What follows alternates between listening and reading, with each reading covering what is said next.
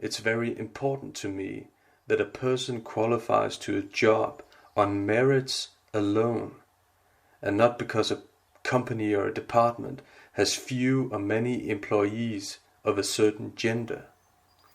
To me, the gender parameter is as random and childish as if I were to say that a company has to have an equal amount of left and right-handed employees, which, I hope, sounds stupid even to the most illogical, insane, crybaby feminist from The View or some shit. Everywhere, the elite, defined as the media, politicians, and both public and private institutions and companies, promotes equality of outcome, and not, as equality was once defined, equality of opportunity. There's a world of difference between these two definitions.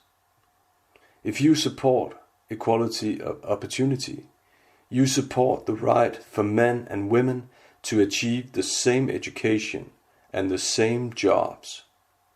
Equality of outcome, however, is far more controversial and unfair, and has led to gender quotas, special education and job programs for women, and never-ending feminist pressure for more women in certain jobs, not as renovation workers, not as plumbers or electricians, of course, but only the so-called high-status jobs, the ones that pay the most. How convenient for women, and how unfair for men. I've been around since the 1980s, and can testify to how the constant appraisal and consideration of women have increased, and have now resulted in mass hysteria. In newspapers, movies, commercials, and on TV.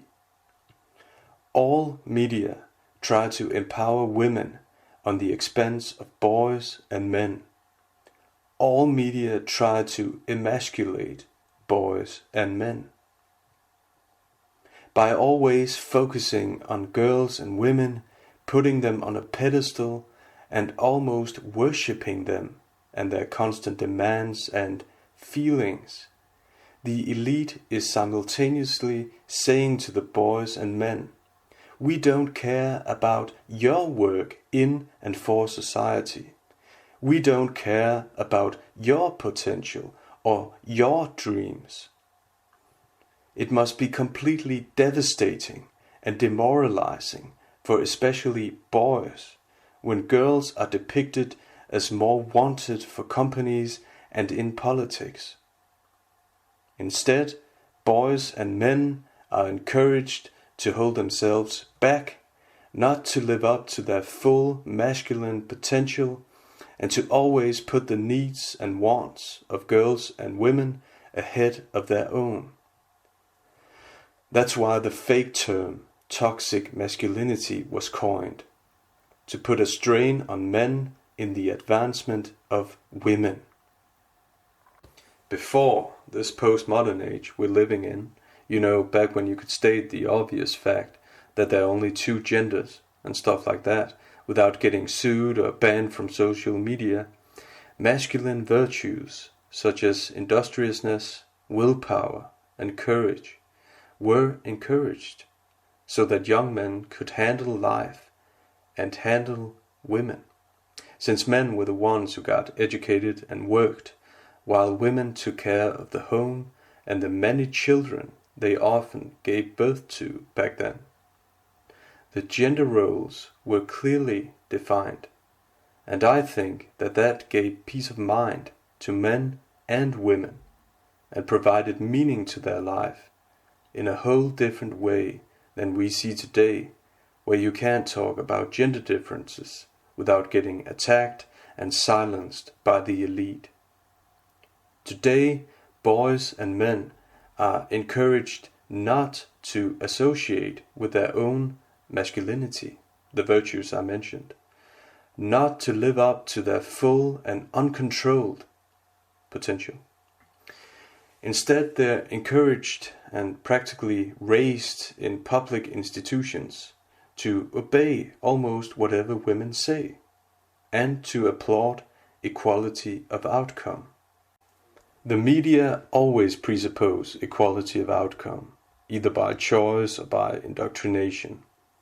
And I'm constantly annoyed at how gender policies are a part of almost all areas within Western societies.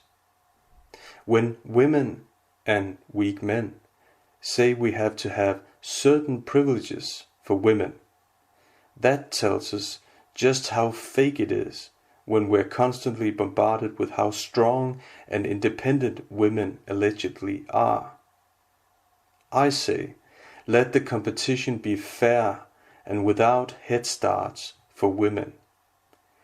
Governments and leaders and CEOs should never consider gender, but only talent and merits.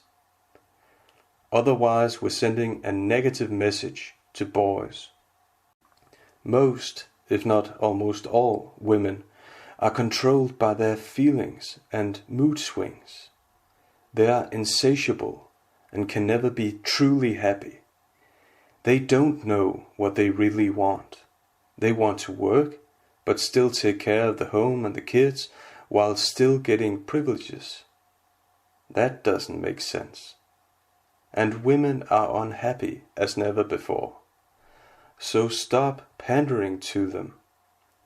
I'm completely fed up with the favoritism of women while men are portrayed as stupid and encouraged to be tame, feminized versions of the men they could have been if they had not been brainwashed by society. That men have to walk on eggshells not to offend women, namely the feminists and the crazy identity politics, which postmodernism has created. My message is simple and doesn't discriminate or discourage anyone. Stop the favoritism. Don't focus on particularly women at all in any areas of society. And yes, including both education and work. Set the genders free to do what they want and let them associate the way they want. Talent and merits alone. We would never dream of saying that 40% of all nurses must be male, would we? No, of course not. That would be stupid. So drop it. To all young men, put yourself and your goals ahead of women, and don't buy into all the male bashing and shaming of masculinity that you see everywhere. The elite doesn't care about you. In fact, they despise you and your masculinity, and they wish to change you. Don't let them do that. Stand your ground and unplug yourself from all the bought and paid for woman-promoting media.